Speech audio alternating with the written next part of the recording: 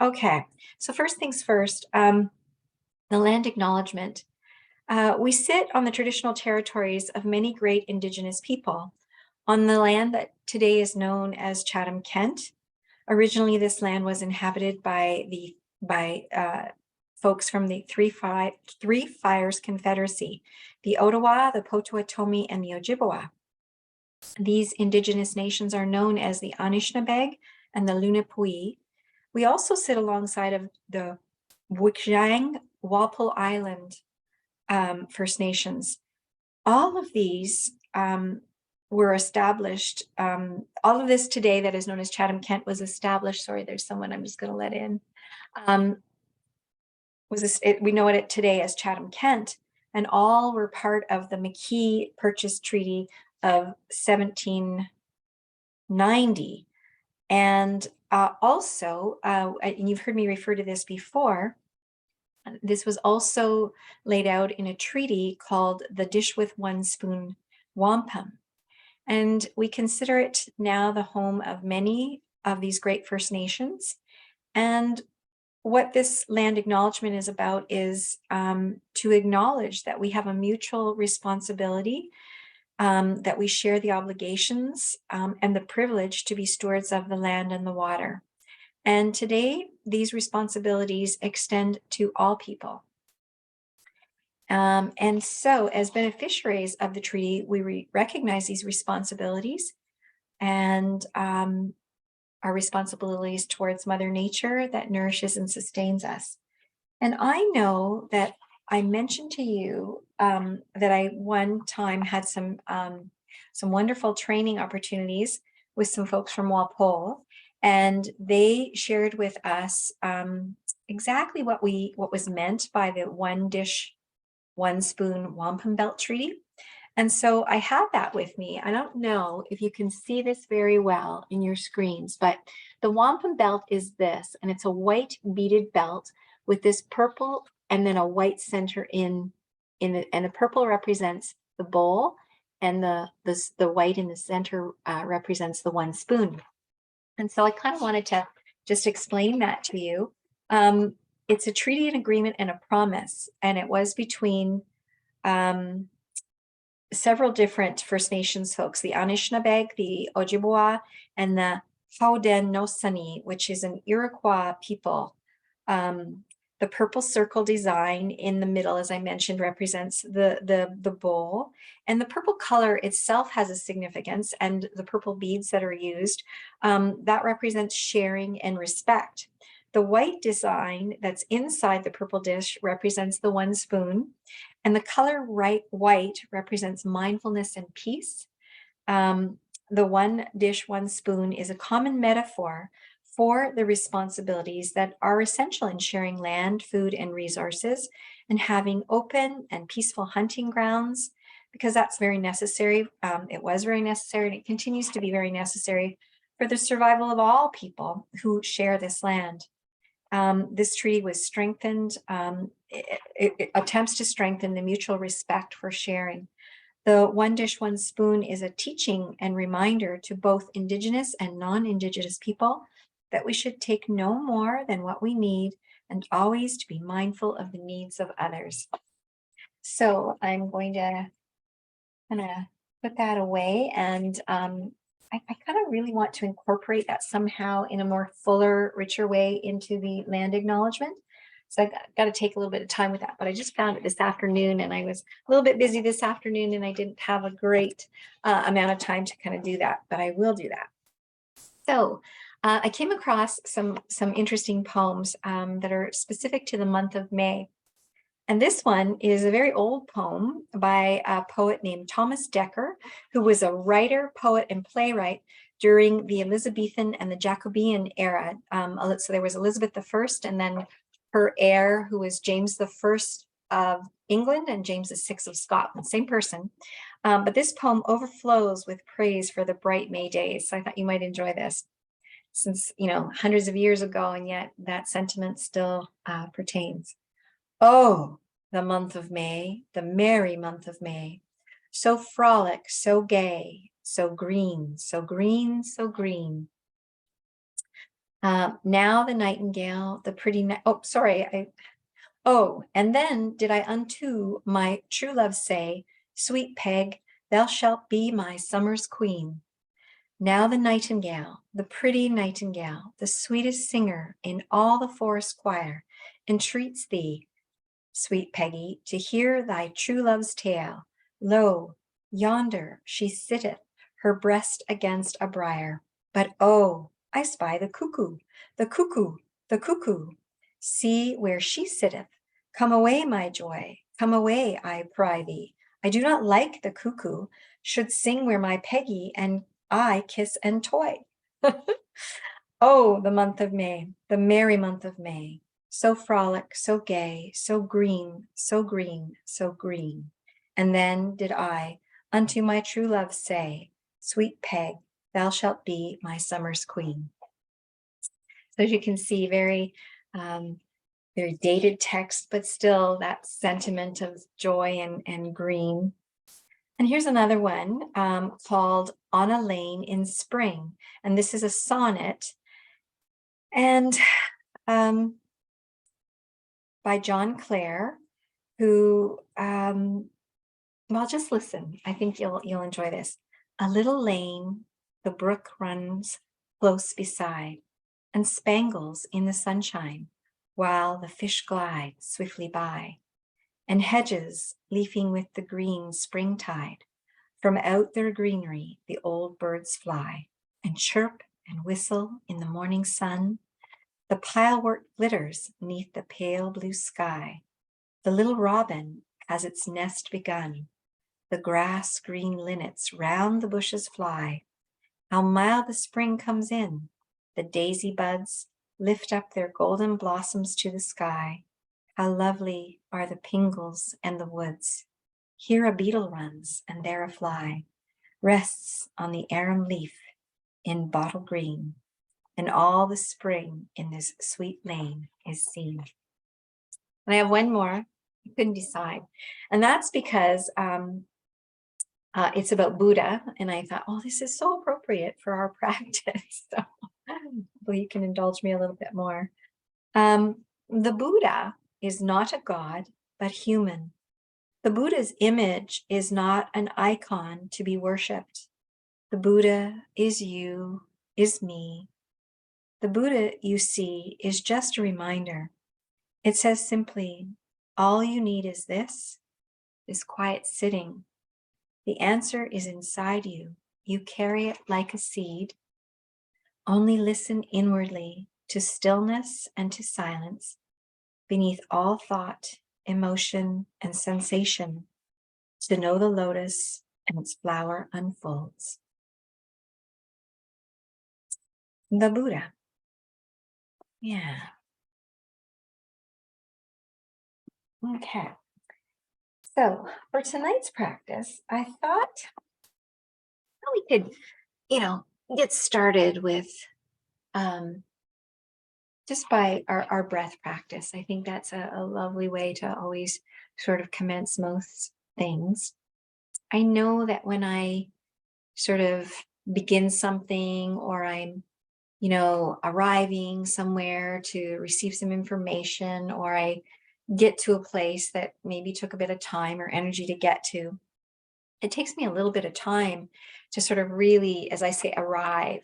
I feel like my mind is still parking the car sometimes and my body's here, but I just need to sort of take that time. And I know even with meditation practice, it's very much like that, I just came from kind of doing some domestic things, and I get up here and I want to find some stuff, and then I sit, and I know that for me, this practice goes, I guess, smoother, more comfortably when I really, really feel where I am. So I'm going to invite you to do the same.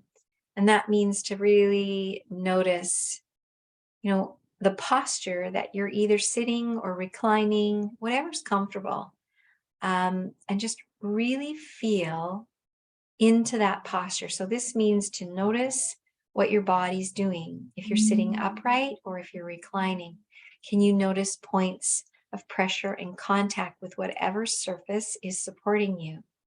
So just take a moment to really feel into that, really feeling into that and noticing that posture.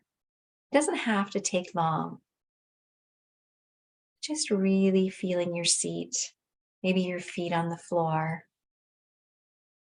And then the next thing that really helps to ground me is to feel the weight of your body, which is to say, the grace of gravity. Gravity is this mysterious, significant energy that keeps us grounded, literally.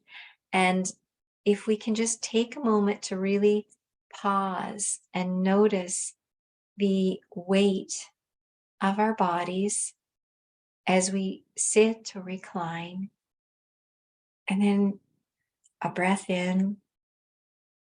And as you exhale, really sink into that feeling. And perhaps you can even feel the gentle pull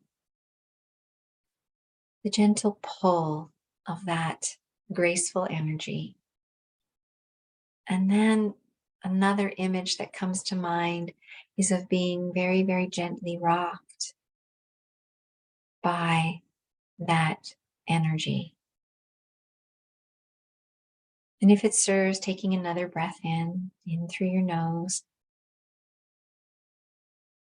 And as you exhale out your mouth, a lovely, slow, gentle exhale. Let's just rest here a minute as you perhaps follow your breath or really tune in to another body sensation if that serves you well. Whatever's going to help you feel connected to this moment of awareness.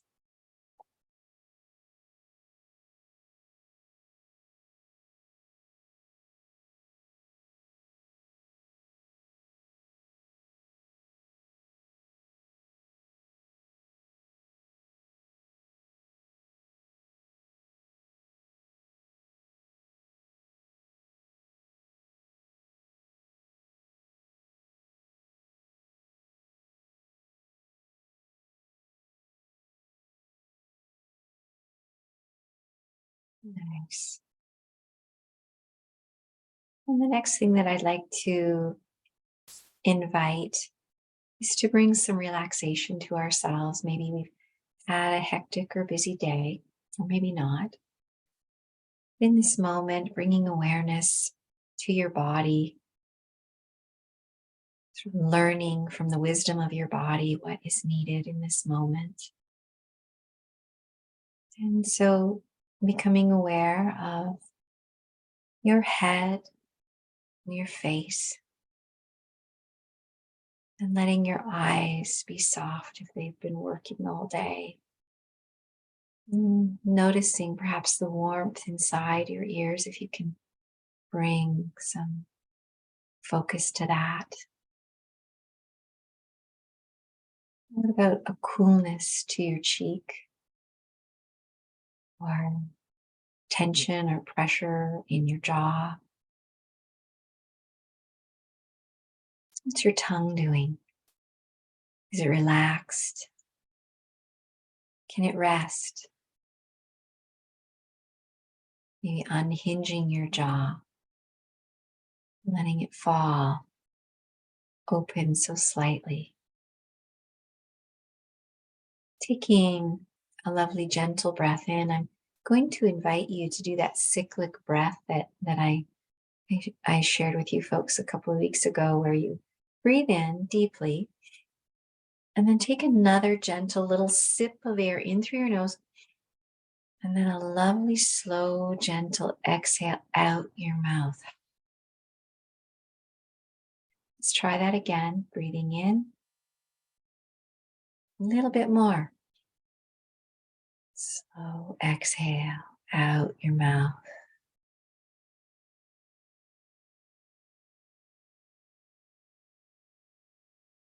And one more. Breathing in. A little bit more. Slow, gentle exhale.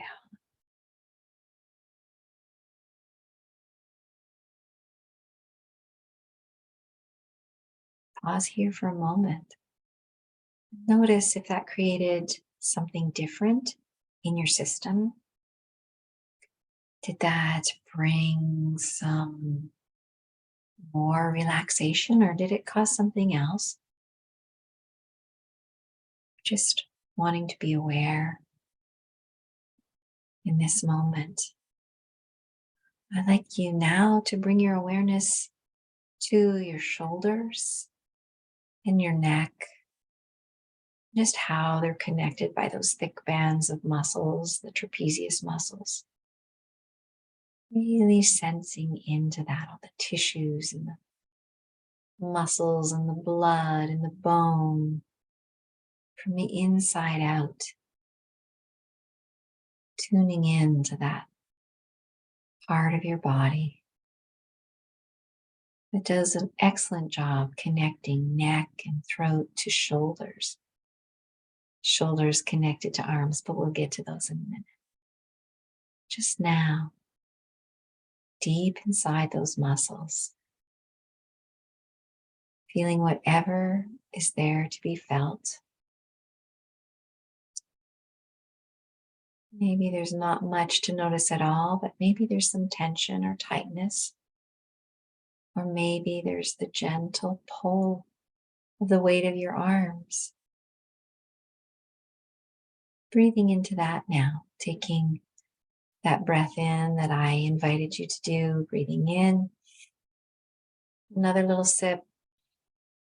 And a lovely, slow, gentle exhale. As you bring awareness now to your arms, noticing the position and posture of your arms. Maybe they're resting on your lap, or maybe they're alongside your body, or resting on an armrest or a pillow, whatever. However, bringing your awareness to your arms in this moment, your upper arms, your elbows, and your lower arms. From the inside out, noticing muscles and tissues and warmth or coolness. As you bring awareness now to your hands, each of your thumbs, each of your fingers. Noticing any sensations in your hands, your fingers that's there to be noticed. Perhaps there's warmth or tingling. You might even be able to sense a pulsing. Noticing the backs of your hands and the palms of your hands. And then I invite you to flex them ever so slightly and gently, and then relax. And notice what that little bit of movement that did to the sensations in your hands. Maybe not much, but maybe something. Resting here for a moment.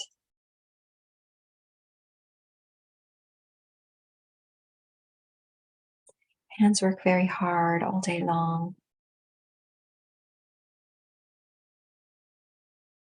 Maybe expressing some appreciation for our hardworking hands. All that they do for us. I'm going to invite you to take in another one of those cichlid breaths, which another little bit. And then a slow, gentle exhale out your mouth. Exhaling all the way. One more. This time, maybe noticing any sensations in your body as you do that. Breathing in. A little bit more. And out.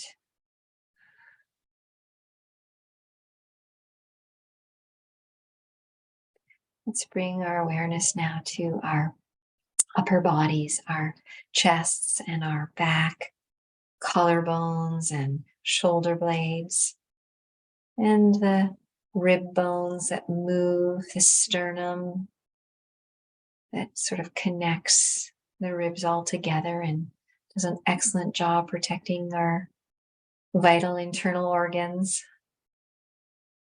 our heart and our lungs. Just pausing here for a moment as you notice perhaps the movement of your breath and your upper back as you breathe, movement of your ribs, expansion and contraction as you breathe in and out. Yeah, request and invite you to follow that breathing just for a little bit.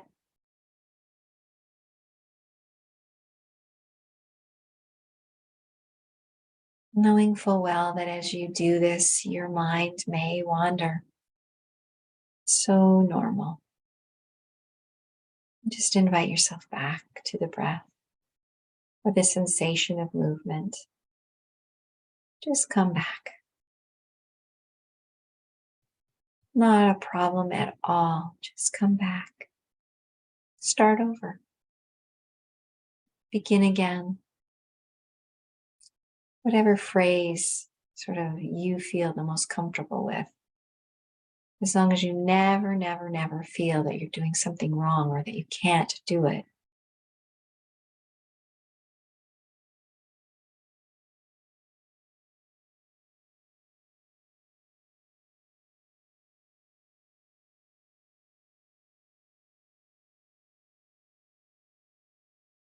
Another 30 seconds.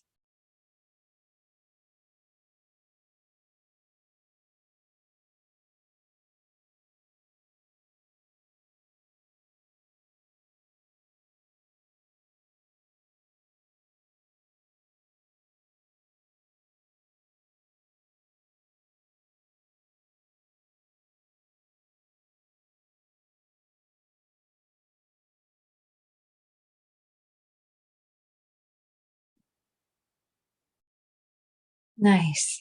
Very nice.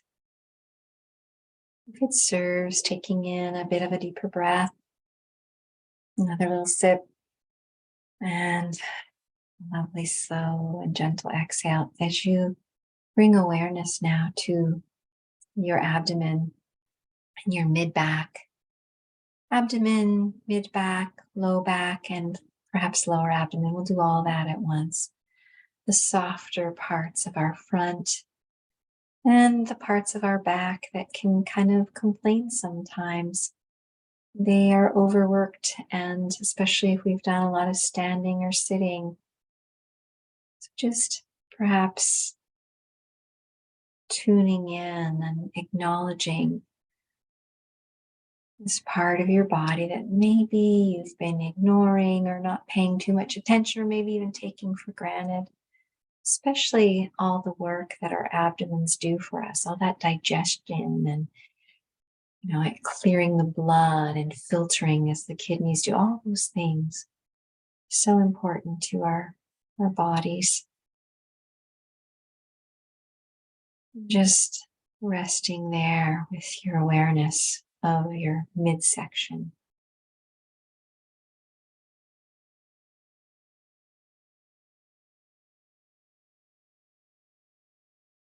And again, maybe you're able to sense the movement of the breath at this belly level. People notice breath in different ways. Sometimes it's the movement of our ribs or our abdomen. Sometimes it's the sound that's made as we breathe in. Sometimes it's coolness as air enters our nostrils and travels down our throat.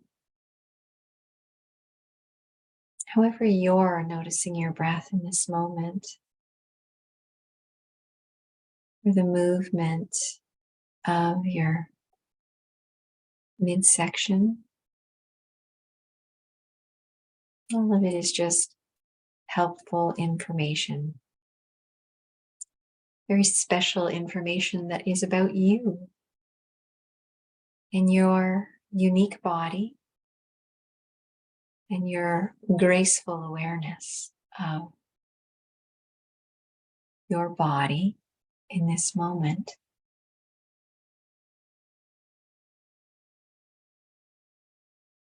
Perhaps tuning into any sensations that you're able to notice in addition to the breath or movement. Perhaps you can sense a piece of furniture that supports your lower back. Maybe you're noticing the points of contact or warmth. Or maybe you're noticing your clothing. Whatever it is, awareness is lovely information without judgment of this moment and what your body is doing.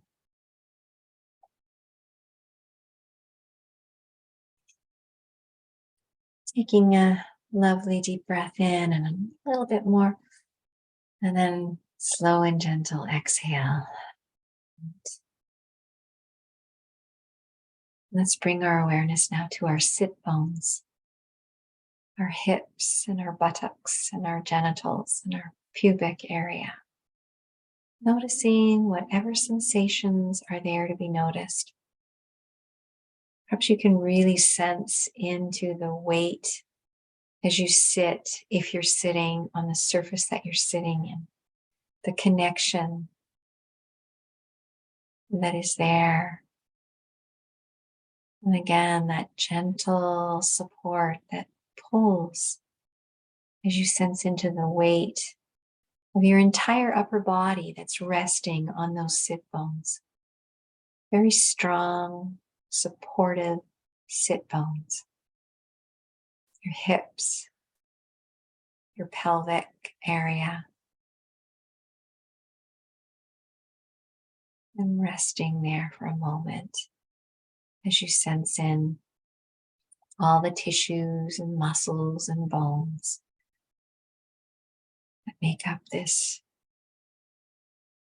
important supportive part of your body, your lower body.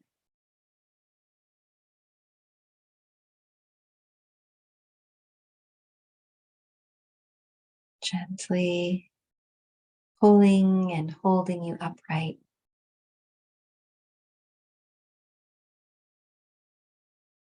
Pulling you down towards the earth. Supporting as you sit.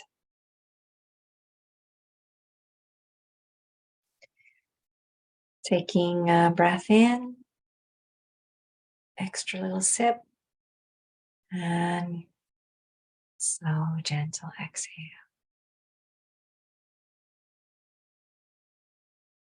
Bringing awareness now to your legs.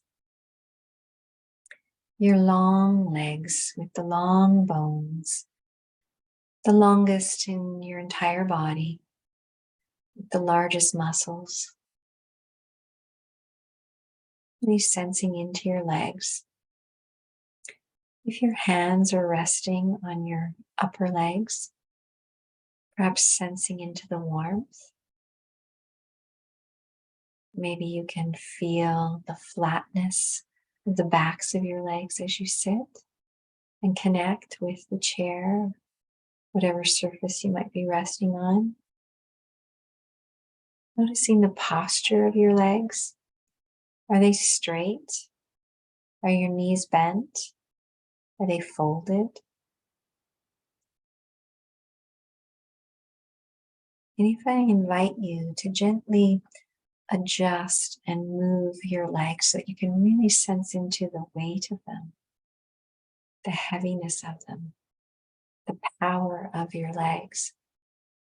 Just taking a moment to move ever so gently those long and powerful limbs, your legs. Again, sensing into any sensations that are there to be noticed in your upper legs, your lower legs, the shins and the calf muscles, and all the way down to your ankles and into your feet. Noticing sensations in the bottom of your feet, the top of your feet. If you have some footwear on, can you notice that?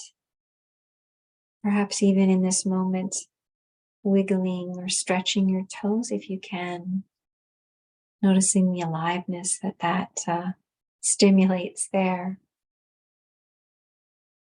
From the inside out, noticing your feet. Again, really hardworking part of our body. And noticing whatever sensations are there to be noticed. We've kind of done our entire body from our head to our toes. And I'm going to invite you to scan through again. And if there is a reaccumulation of tension or tightness, or there's some ache or pain, bringing your gentle restorative breath directly to whatever part of your body, place in your body that needs that nourishment. So I'm just going to invite you to take a few moments to scan through and breathe, sending your breath directly to places in your body that may need some additional care and attention, wherever that might be. Typically, it's our shoulders and neck, lower back, but everyone is unique in that regard. The places that tension and tightness can accumulate. Sometimes it's your upper legs. So just noticing now if there's anything that could use a little more care, a little more of your attention. And breathing in to that place. And as you exhale, imagine any tension or tightness flowing out and away. However you'd like to do that. You can imagine it seeping from your pores or just magically vanishing, or whatever image is most helpful to you. I've had folks imagine a great wind just blowing away tension or tightness. So be creative and trust your intuition and your instincts, however you'd like tension and tightness to perhaps melt away, like ice to water, whatever works, whatever helps you to let go and release. A few moments of silence as you scan again your body.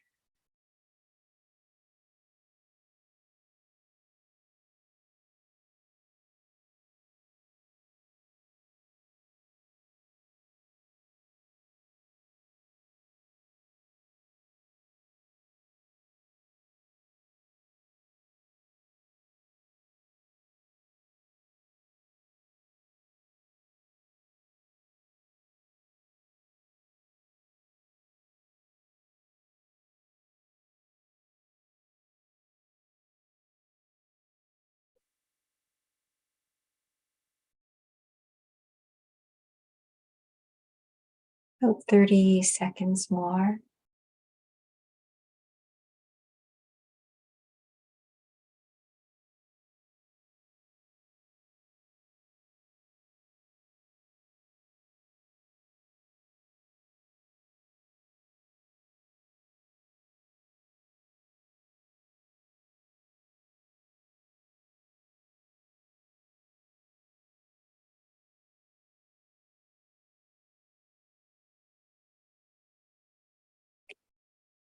Taking in nourishing deeper breath in through your nose.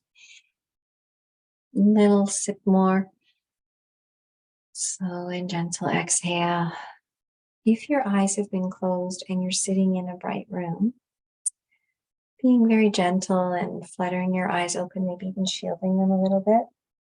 And I'm just going to chime the bowl and we'll let that mark our body scan meditation. Notice.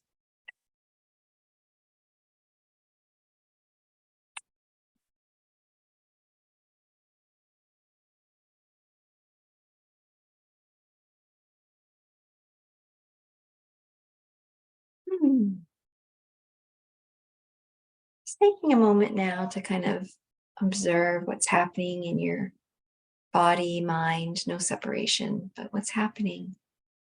How are you feeling in this moment? Did that body scan meditation serve you? Was it irritating? It's just information, a good information. I came across something that can be very, very helpful and useful to everyone. And it struck me that sometimes we think there's something wrong with compartmentalizing or, putting things away. There's that, oh, you've got to face the music, you have to deal with it. And sometimes, like, that's true, but sometimes it's also very helpful to be able to put something that we've been really wrestling with away, to put it someplace else so that it's not front and center, interfering in our lives or taking all of our attention. So this is called a container, and it's a very, you're going to use your imagination. And that's both interesting, can be a little difficult sometimes when we're not used to using our imagination, but there's really no way to do this wrong. So I'm going to invite you and give you some instructions, and then hopefully you'll be able to kind of benefit from this sometime.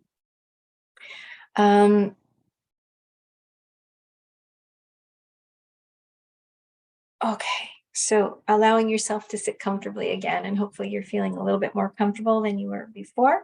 And again, if you want to lie down or sit up, just as long as you're comfortable and able to attend to the words. Hoping that you won't be interrupted by any sudden sounds. And I'll invite you to close your eyes. That seems to help when we're imagining things. I know it does for me. We've been practicing all night long, bringing our attention to our breath. And this time, no specific instructions with your breath, just following your natural breathing, whatever it might be. And noticing if it changes,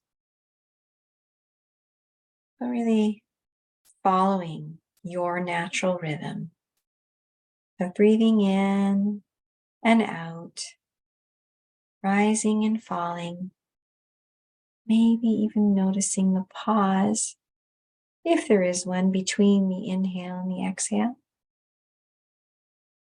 I'm just going to invite you to follow that just for a moment.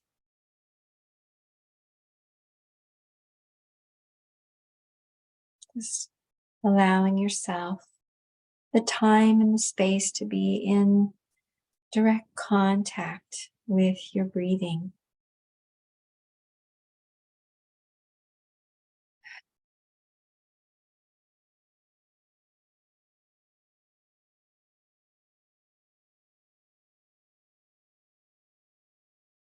And as you continue to pay attention to your breath, you're going to notice some distractions. And time again, I've let you know that that's so normal. Just allow yourself to notice those distractions, whatever they may be. You can label them if you like.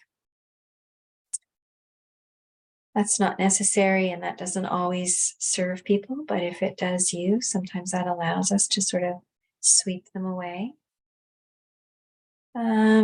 Noticing any body sensations or any thoughts that are arising. And if possible, allowing yourself to become aware of the separateness of body sensations and how those sensations are separate from maybe your thoughts and your ideas and your words. So there's body and all the sensations that go with that. And then there's the thinking. We call the thinking parts, our brain, our mind, and that's the top. And we call any sensations that we notice and feel in our bodies the bottom. And sometimes I invite you to go from the body to the top. And sometimes we go from the top to the body in our meditation practice. But in this moment, we're breathing, and that would be from our bodies and with our awareness going to the top. So just following that rhythm and that awareness as you are.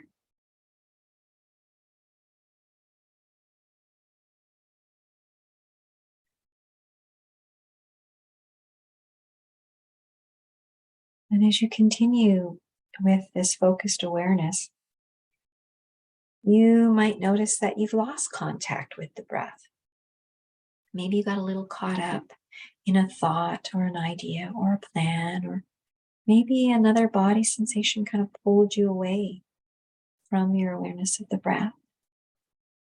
And when that distraction happens, as it naturally will, simply notice that you've lost a little connection and then bring your awareness back again. And this is worth saying several times, and I might even remind you later on, because this is the thing that most people struggle with. They really feel like they're failing at meditation if their mind wanders, and there's nothing further from the truth. The key to meditation is being aware and knowing that your mind has wandered. And there's nothing wrong. Every time you notice, that builds that muscle. So let's bring some deeper focus now to the breath by breathing in through your nose very deeply and exhaling through your mouth, but let's purse your lips. So like almost as if you're whistling. Let's do that one more time. In through your nose, out through your mouth, but purse your lips.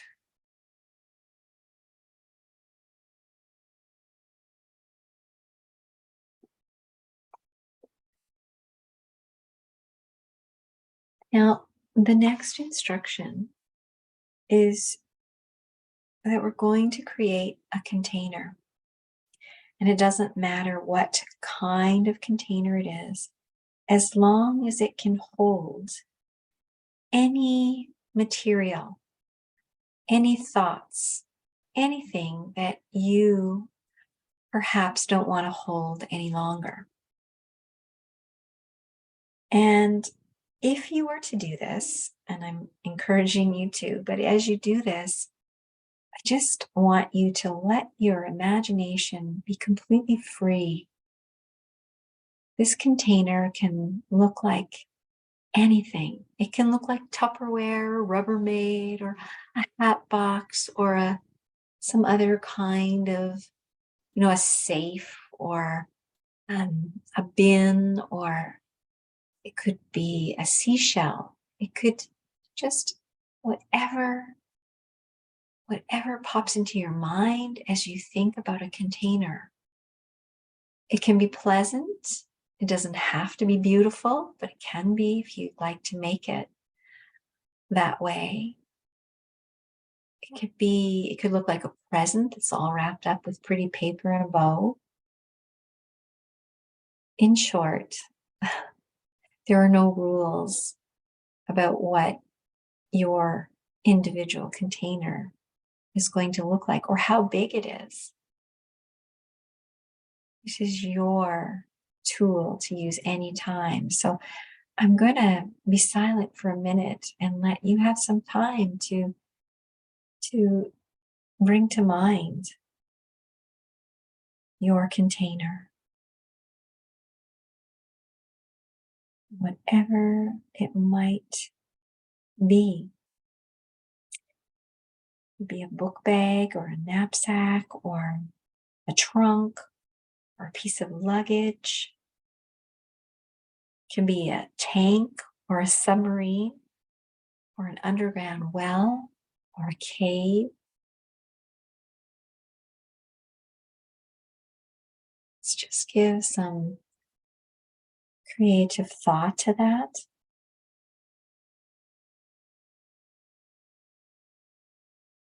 Bringing to mind an image of something like that. Something that would be able to contain anything that you wish to let go of, or to not think about, or not feel. It can be something that's disturbing or something that's just distracting. Or it can be a body sensation, an anxiety, a feeling of discomfort.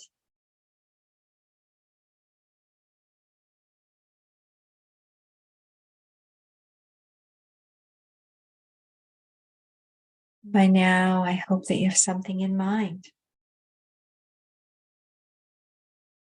And I'm going to invite you to take a long, good look at it. What material is it made out of? How is it held together? How big is it? What color or colors is it? Are there any markings? If there are, notice them. If there aren't, that's not a problem. And just now, I'd like to invite you to add something to this container. I'd like you to add to it in some way, whether it's a note or a sign or an inscription of some sort, something that indicates that this container will remain tightly sealed and that it will only open when you wish to open it. This is your container. No one else will be able to open it, and it will remain tightly sealed by you, only able to be opened by you. So however you'd like to represent that information, those instructions, whether you write something or seal it, whatever, however, let there be something that you place on that container that indicates that.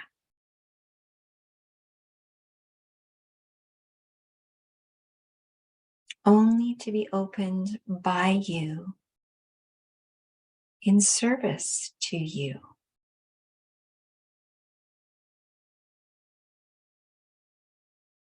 Taking in a gentle, deeper breath and exhaling.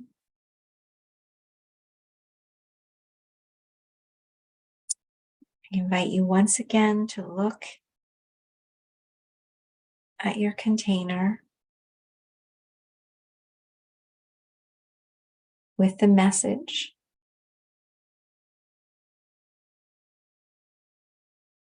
Looking, noticing, and then in your mind's eye, notice how the container opens. Is it so big and heavy that you need assistance to open it? Can you do it yourself? Is there a lock on it? Feel free to put however you'd like this container to open or be closed using whatever device you'd like to use.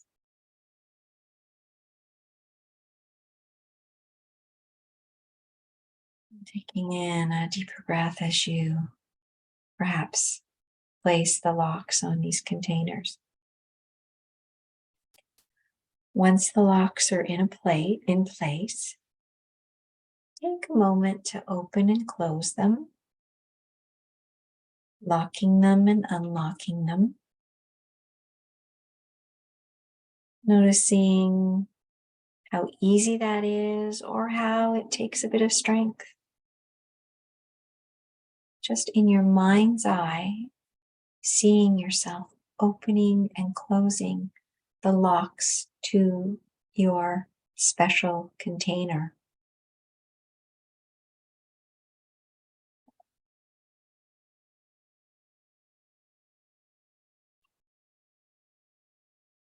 Taking in a deeper breath, and as you exhale, noticing how comfortable you feel handling the locks and how you are with your container. I'd like to invite you now to place something inside the container just for practice. So imagine opening up the container and then place something in there. And by that, it can be anything. It can be something that is distracting or disturbing or distressing or causing some tension. It can be anything at all. Sometimes things that we want to keep safe or something that we might want to attend to later. Whatever it is, placing it inside your container. Maybe it's something that you would like to do later, but not right now. Or it might be something that is distracting you. And it could be negative self-talk, doubt, can even be pain. Whatever it is, I'm inviting you to put it into your container, doing whatever you need to do to get it in there. And doing that now in your mind's eye.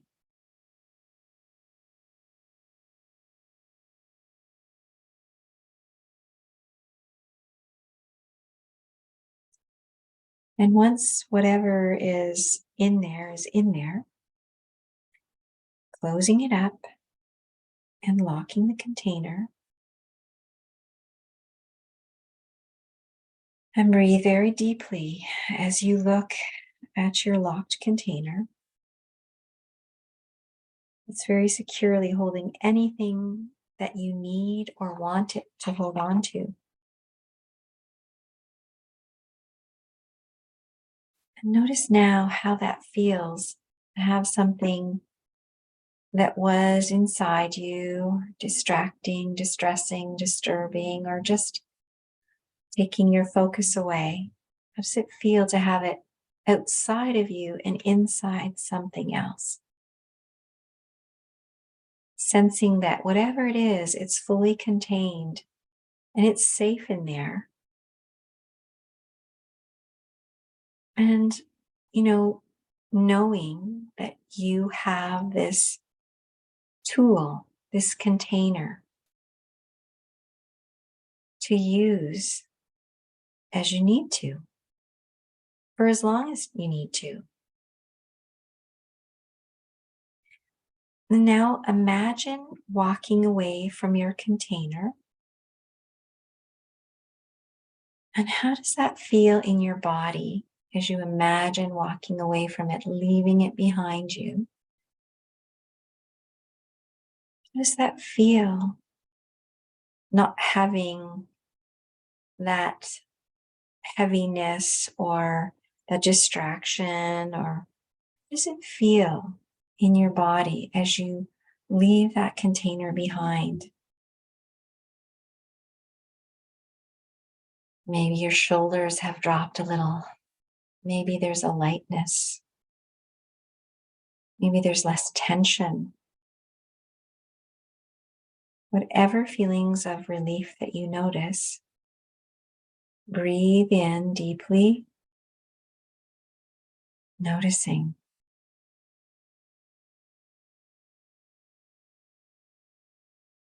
Whatever you placed in this container is now safely inside for you to open whenever you want to put more things in or to take things out. So for now, let's just go back to your container, looking at it very closely, noticing again what's written on the outside. And when you become in reach of it, unlocking it and opening it. And notice that what you put in there is still in there, and that it's very separate from you. Maybe you want to put